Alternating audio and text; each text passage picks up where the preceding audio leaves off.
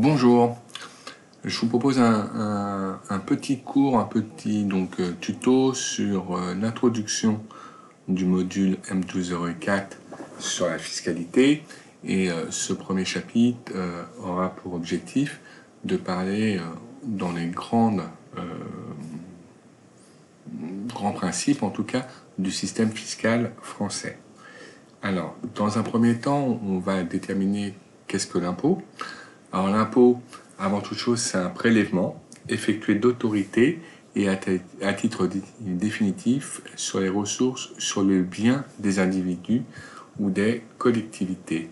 C'est-à-dire qu'en fait, l'impôt est donc quelque chose qui est prélevé sur nos ressources. Donc, par exemple, pour les salariés, ça va être sur leur salaire.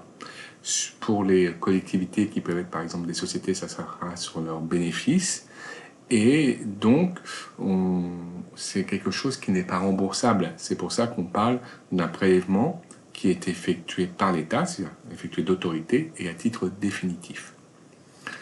Voilà, on peut donc payer l'impôt sur ses ressources, comme l'on peut payer l'impôt sur ses biens. C'est-à-dire qu'on est propriétaire de biens et on peut aussi avoir des impôts à payer sur ses biens. Et là, par exemple, je prends comme exemple, pour les particuliers, l'impôt foncier, l'impôt du fait que vous soyez propriétaire d'un bien immobilier, vous payez tous les ans ce qu'on appelle l'impôt foncier. Et pour les gens qui ont énormément de patrimoine, ils vont payer ce qu'on appelle l'IFI, l'impôt sur la fortune immobilière aussi. Donc on paye de l'impôt parce qu'on a des ressources, principalement des salaires pour les particuliers, mais on paye aussi des impôts parce qu'on a du patrimoine, on possède des biens, et sur ces biens, il y a aussi des impôts. Alors, cet impôt, à quoi il sert? C'est l'objet du deuxième petit point. Il est payé donc en argent. En général, il est payé maintenant principalement par prélèvement ou virement, rarement en chèque et encore plus rarement en espèces. Voilà, mais en tout cas, donc l'impôt est payé et il permet de subvenir aux dépenses d'intérêt général de l'État ou des collectivités locales. Donc on verra tout à l'heure ce que permet de financer les impôts, en tout cas quelles dépenses il permet de financer. Alors, soit c'est les dépenses générales de l'État, c'est-à-dire l'État au sens large, c'est-à-dire par exemple l'éducation nationale, c'est une des composantes de l'État, mais ça peut être aussi des collectivités locales, c'est-à-dire que des fois l'impôt sert à financer les mairies, les municipalités, les départements, les régions. Et ça, c'est ce qu'on appelle les collectivités locales. Pour que vous compreniez mieux, pour en venir par rapport à l'éducation nationale, par exemple, les écoles primaires sont gérées au niveau de la collectivité locale, de la municipalité, de la mairie. Les collèges sont gérés au niveau du département, qui est aussi une collectivité locale. Les lycées sont gérés au niveau de la région, aussi une collectivité locale. Par contre, tout ce qui est université est géré au niveau de l'État, donc de l'État au sens large. Voilà.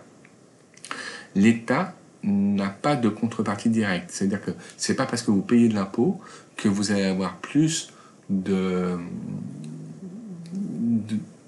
vis-à-vis de l'État ou plus de contrepartie vis-à-vis de l'État parce que vous avez payé de l'impôt par rapport à quelqu'un qui n'en paye pas. Ça veut dire que, en tout cas, vous payez de l'impôt, mais il ne faut pas espérer, quand vous payez de l'impôt, avoir une contrepartie de la part de l'État par rapport à quelqu'un qui ne paierait pas de l'impôt. Voilà. Et par contre, l'État aussi, l'impôt, à part certains impôts, il n'est pas lié à une destination particulière. C'est-à-dire que quand un particulier paye l'impôt sur le revenu, eh bien, il ne paye pas seulement l'impôt sur le revenu pour financer l'éducation nationale ou financer la mairie ou financer la région. Il ne sait pas, lui, comment va être dispatché son impôt. Donc c'est pour ça qu'on dit qu'il n'a pas une affectation et une destination particulière. Voilà, c'était un petit point rapide pour vous expliquer ce qu'était l'impôt. Je résume, c'est quelque chose qui est payé sur nos ressources ou sur notre patrimoine. Il a pour objectif de financer les dépenses de l'État et on n'a pas de contrepartie particulière sous prétexte que l'on paye de l'impôt par rapport à quelqu'un qui n'en paierait pas. On n'a pas plus d'avantages ou de droits sous prétexte qu'on paye de l'impôt. Voilà.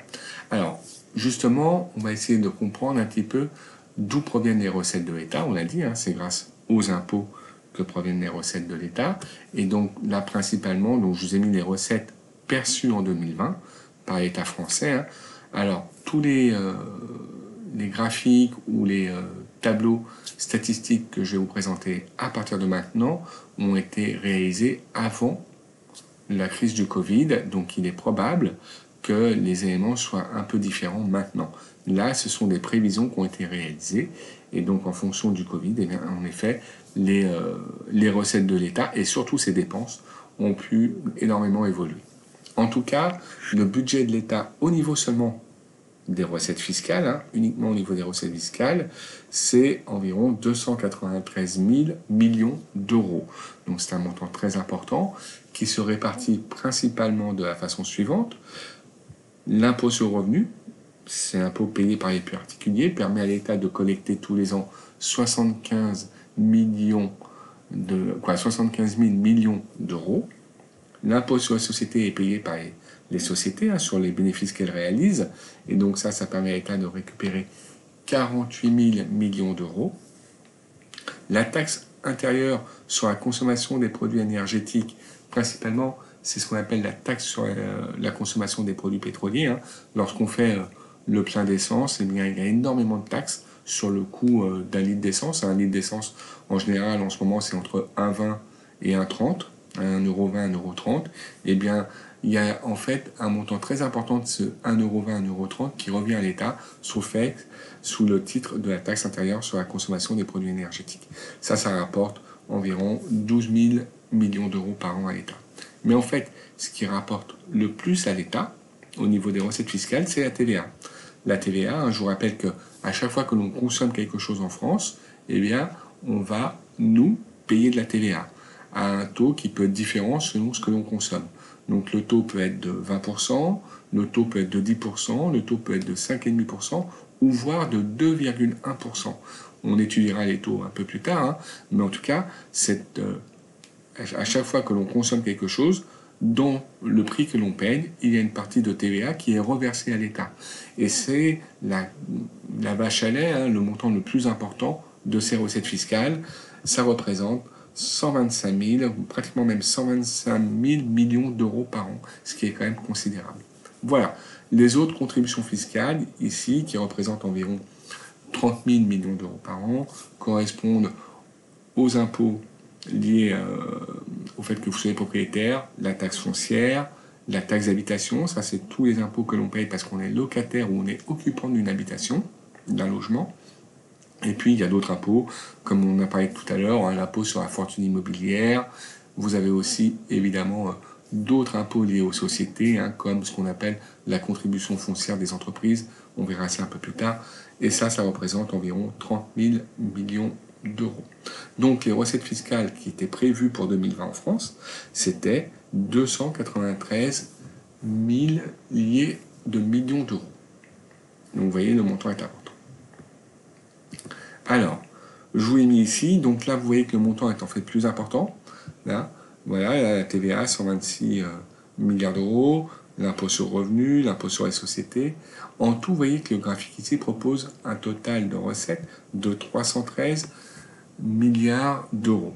Mais en fait, dans ce 313 milliards d'euros, il y a des choses dont on n'a pas parlé dans le diaporama d'avant, qui étaient les recettes non fiscales et les recettes du fonds de concours. Donc, c'est pour ça qu'on en tient, le montant est un peu différent des 293 milliards que l'on a vu tout à l'heure. Voilà. En fait, les recettes nettes de l'État, pour financer ses dépenses, c'est 200, ce qui était prévu pour le budget 2020, c'était 250 milliards d'euros.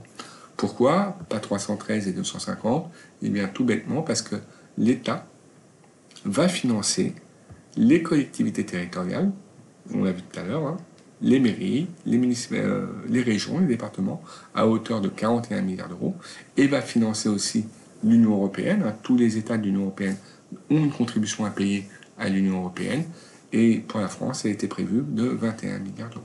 Donc en fait, les recettes nettes de l'État prévues pour le budget de 2020, c'était 250 milliards d'euros.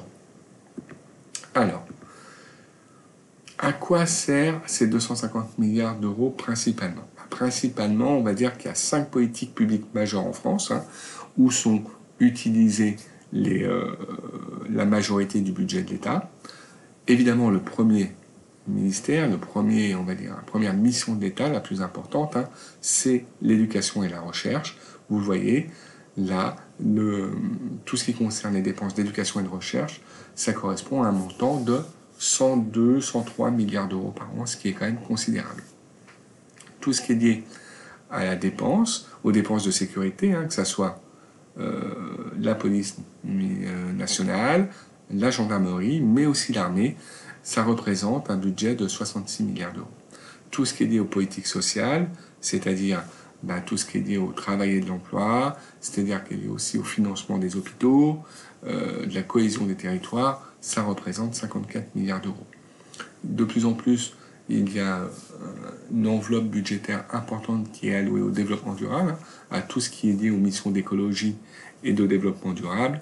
Pour l'année 2020, le budget prévu était de 13 milliards d'euros. Et tout ce qui est justice, eh bien, le budget prévu était de 9 milliards d'euros pour 2020.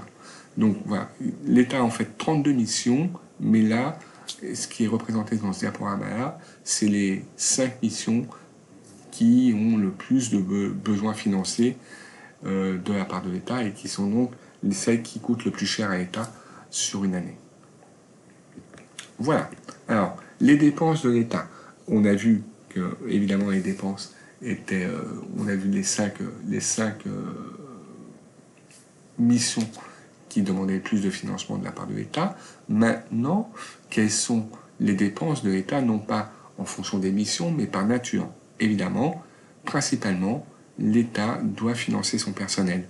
Et c'est pour ça que le personnel, vous l'avez dans ce graphique-là, et ici, en milliards d'euros, ça représente 40% environ des dépenses de l'État.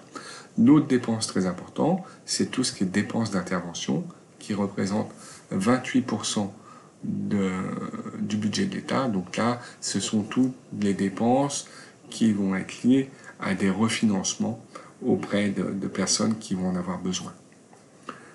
Les dépenses de fonctionnement de l'État, qui représentent 14% du budget de l'État, l'investissement, qui représente hélas que 4% du budget de l'État. Et puis, ce qui est intéressant, c'est de savoir que l'État, et vous le verrez dans le diaporama d'après, l'État français, mais en général la majorité des États des pays de l'OCDE sont endettés. Et donc, il faut rembourser un peu cette dette de l'État, et quand vous remboursez, vous payez des intérêts.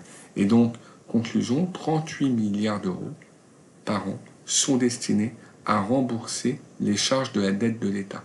Attention, ça ne rembourse pas la dette de l'État, ça rembourse seulement les intérêts de la dette. Je prends un exemple tout bête, si on vous prête 100 euros et que vous en rendez 102 à la fin, eh bien en fait, ça ne vous a coûté que 2 euros. C'est ce qu'on appelle des intérêts. Eh bien ces 38 milliards d'euros, ce sont les intérêts que paye tous les ans l'État français pour assumer et pour payer sa dette. Voilà pour ce graphique. Conclusion, on n'a pas fait juste avant le total hein, de toutes ces dépenses, mais tous les ans, eh bien, il y a un déséquilibre entre les recettes et les dépenses. Pour l'année de 2020, ce qui était prévu, c'était un déficit de 93 milliards d'euros. C'est-à-dire qu'on a moins de recettes que de dépenses. Vous doutez bien que ce montant de 93 milliards d'euros va énormément exploser avec le Covid. Donc ce déficit qui était prévu va énormément augmenter à cause du Covid. Pourquoi? Parce que l'État a aidé énormément les entreprises pour avoir à supporter cette période de confinement. Je prends comme exemple tout bêtement les aides qui ont été données aux entreprises non remboursables, 1500 euros, voire jusqu'à 5000 euros par mois par entreprise. Le chômage partiel, qui est en fait le fait que les salariés qui se sont retrouvés en activité partielle à cause du Covid ont été payés non pas par leur entreprise, mais par l'État. Et donc ça a eu un coût très très important pour l'État. Et puis toutes les toutes les aides importantes que l'État a essayé de mettre en œuvre pour aider à la survie des entreprises. Donc ce déficit, on fera le point en fin d'année, fin 2020, mais il sera nettement supérieur à 93 milliards d'euros. Voilà. Je reviens sur la charge de la dette dont on a parlé tout à l'heure. Je vous rappelle, c'est le montant des intérêts que paye tous les ans l'État pour pouvoir financer sa dette. Et ça représente quand même 11% du budget de l'État. C'est quand même considérable. Hein. C'est considérable. Voilà. On a fini un petit peu pour tout ce qui était lié rapidement au budget de l'État, la manière dont l'État récupérait de l'argent avec les différents impôts et la manière dont l'État dépensait cet argent, comme on l'a vu précédemment.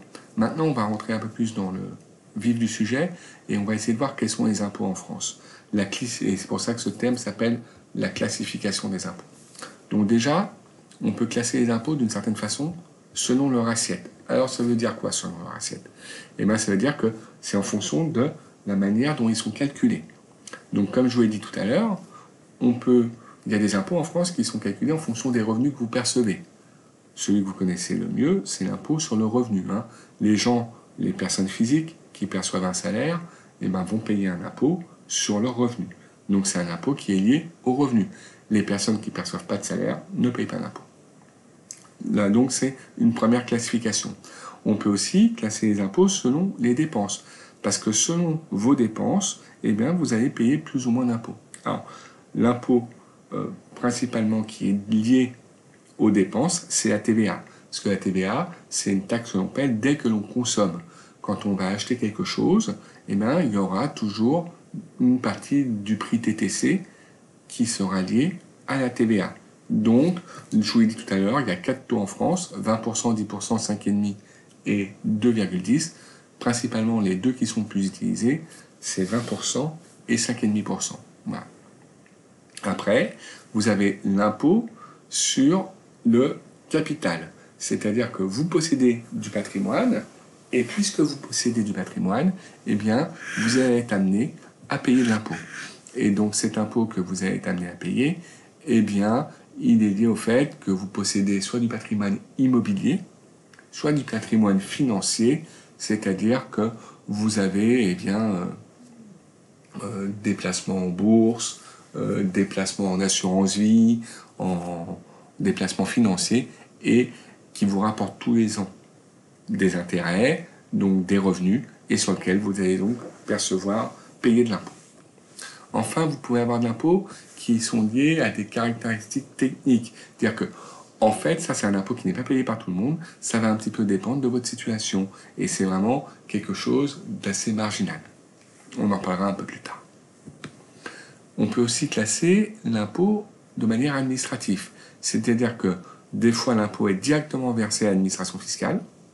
Des fois, l'impôt, dans ce cas-là on parle d'impôt direct, quand c'est directement versé à l'administration fiscale. Exemple type, l'impôt sur le revenu, l'impôt sur les sociétés, ou alors l'impôt est indirect. On dit aussi dans ce cas qu'il est indolore parce qu'en fait, on ne le voit pas passer, parce qu'il n'est pas collecté par l'État, il est collecté par les tiers. Principalement, c'est la TVA. Quand vous consommez quelque chose, vous payez de la TVA, donc vous payez de l'impôt. Vous ne la payez pas à l'État, vous le payez sur le ticket de caisse, la facture de votre fournisseur.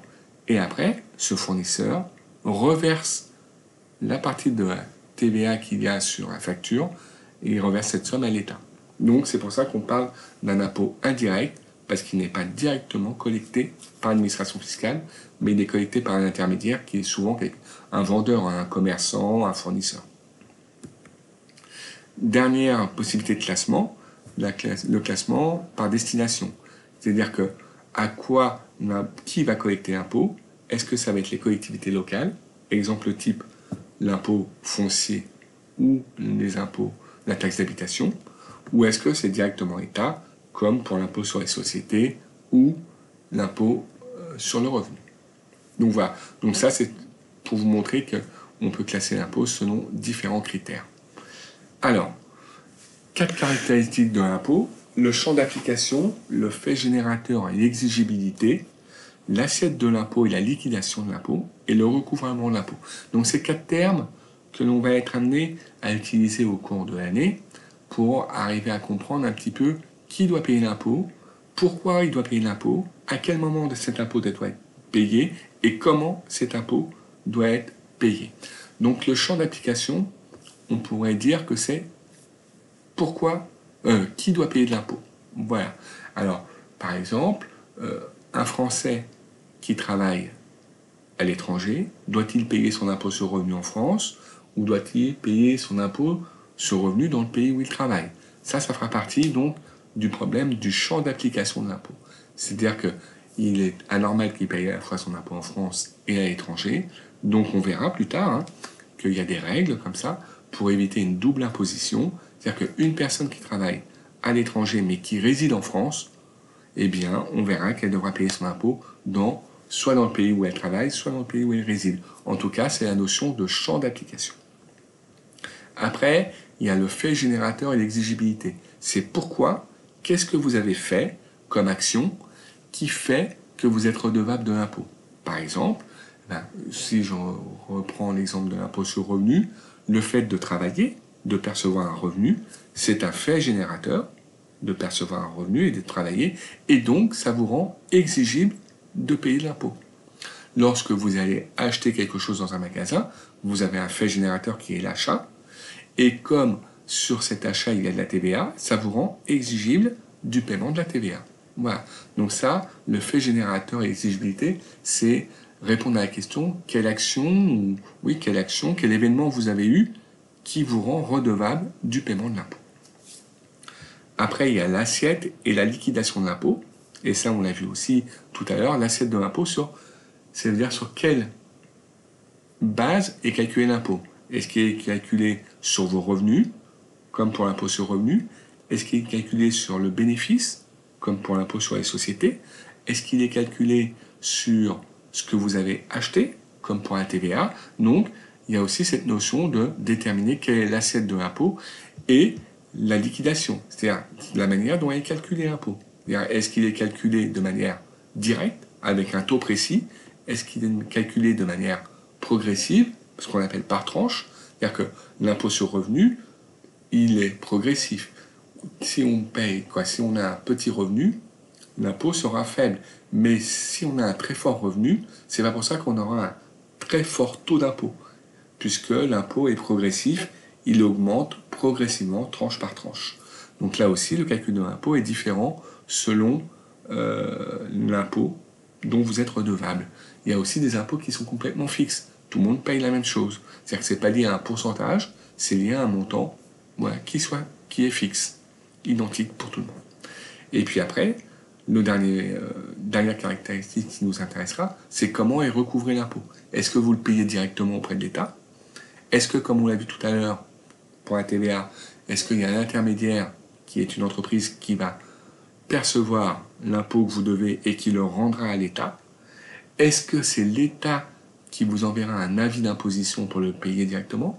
Est-ce que ça sera directement prélevé sur votre salaire, comme c'est le cas maintenant, puisqu'on appelle ça le prélèvement à la source, c'est-à-dire qu'on vous verse votre salaire moins l'impôt. D'accord? Depuis 2019, c'est la règle, c'est-à-dire que sur votre salaire, l'impôt sur le revenu est directement déduit. Donc il y a différentes manières de recouvrir l'impôt, et on les verra aussi, c'est les méthodes de recouvrement de l'impôt. Voilà, donc je reviens sur les points. Le champ d'application de l'impôt, est-ce que c'est la personne qui est imposable, elle est dite contribuable, redevable ou assujettie? On parle comme ça pour une personne qui doit l'impôt, d'accord? Quelle est l'opération pour laquelle elle est imposable? Quel est l'acte ou l'événement qui en fait déclenche son imposition? La territorialité, ça fait partie aussi du champ d'application, c'est-à-dire que sous prétexte que l'opération a été réalisée en France, peut-être il y a de l'impôt dessus. Si elle n'avait pas été réalisée en France, peut-être il n'y aurait pas d'impôt dessus. Donc, le champ d'application détermine trois choses. Quelle est la personne imposable? Quelle est l'opération qui est imposable? Et quelle est la territorialité de cette imposition?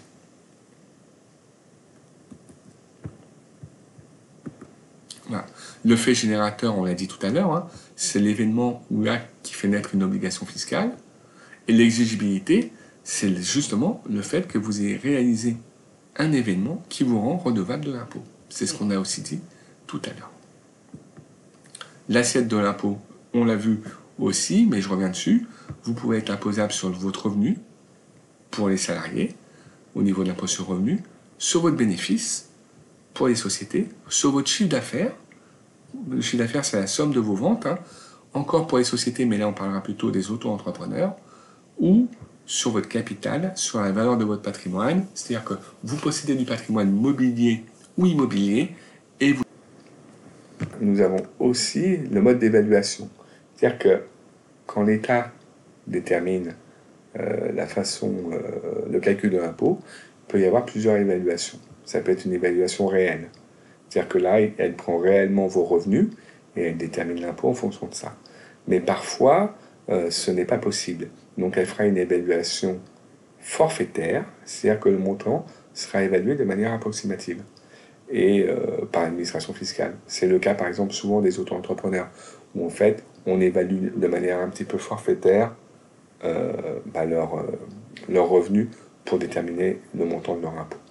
Et puis vous avez une dernière mode d'évaluation qui est une méthode d'évaluation indiciaire, c'est-à-dire que l'impôt va être lié non pas à une évaluation de vos revenus réels ou forfaitaires, mais va être fondé sur des critères ou des indices.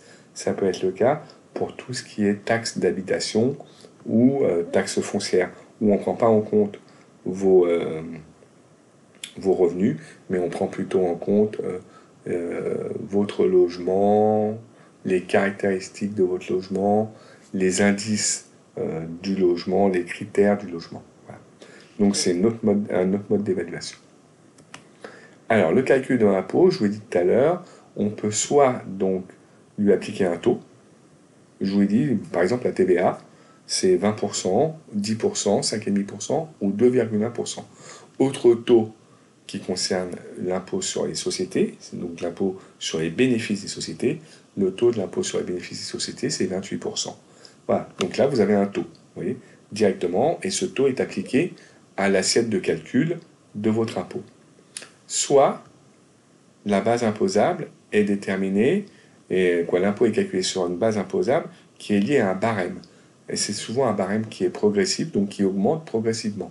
Le barème de l'impôt sur revenu est exactement fait de cette façon-là. C'est-à-dire que jusqu'à un certain niveau, on va vous prendre jusqu'à 11% d'impôt, puis passer un certain seuil de revenus, après le barème va passer sur une partie du revenu à 30%, et puis si vous percevez un très très fort revenu, eh bien tout ce qui est au-delà d'un très fort revenu sera imposable à 41%. Voilà. Et là, par contre, eh bien, normalement, le barème est progressif et est toujours fait pour favoriser les petits revenus qui ont des taux toujours beaucoup plus faibles. Puis enfin, vous pouvez avoir aussi un tarif fixe. Un tarif fixe, c'est un droit forfaitaire que vous payez et il est identique pour tout le monde. Prenons l'exemple du coût d'un passeport sur lequel vous devez payer un timbre fiscal. C'est un impôt, timbre fiscal, et il est lié à un tarif fixe. Il n'est pas lié à un revenu ou à un taux sur lequel on va appliquer un barème. Pas du tout. C'est le coût d'un passeport, je crois que c'est 130 €. Il est identique pour tout le monde. Voilà. Alors, qui calcule l'impôt?